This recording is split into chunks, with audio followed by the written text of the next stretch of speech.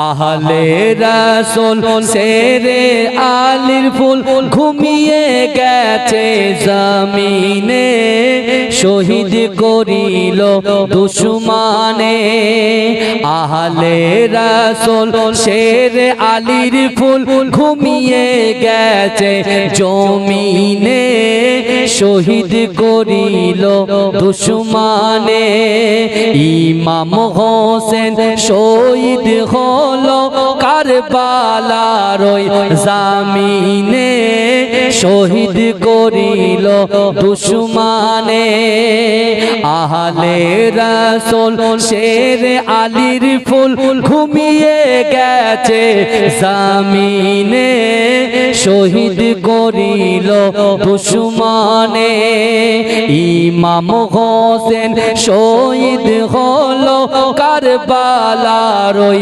জমিনে শহীদ করিল দুশমনে 10ই মুহররম জুম্মাবারের দিন জুরদের দামামা বেজে ওঠে তরবারি নিয়ে আলী আকবর কারবালার প্রান্তে ছোটে লস্করে ইয়াজিদ মারিল তীর আলী আকবরের বদনে শহীদ করিল দুশমনে আহলে রাসূল শেরে আলীর ফুল ঘুমিয়ে গেছে জমিনে শহীদ করিল দুশমনে ইমাম হোসেন শহীদ হলো কারবালার ওই জমিনে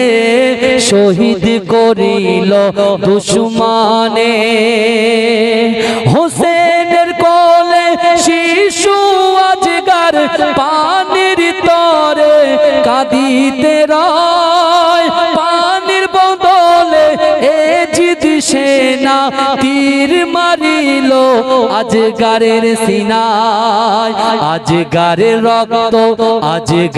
রক্ত টুপিয়ে পড়ে কারবালার ওই ময়দানে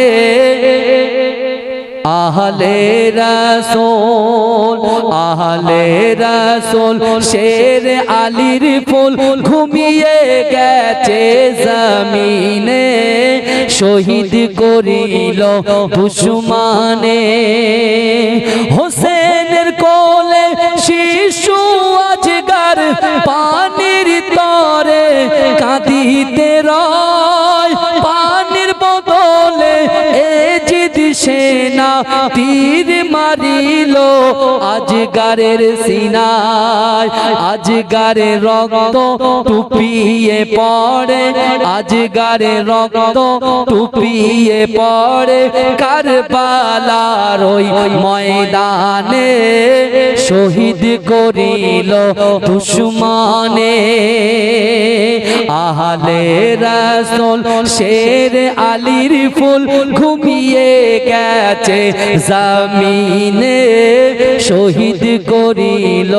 দুশমনে 10ই মুহররম জুম্মাবারের দিন জুরতে দামামা বেজে ওঠে তরবারি নিয়ে আলী আকবর কারবালার প্রান্তে ছোটে লস্কর ইয়াজিদ মারিল তীর লস্কর ইয়াজিদ মারিল তীর আলী আকবরের বদনে শহীদ করিল দুশমনে আহলে রাসূল শেরে আলীর ফুল আহলে রাসূল শেরে আলীর ফুল ঘুমিয়ে গেছে জমিনে শহীদ করিল দুশমনে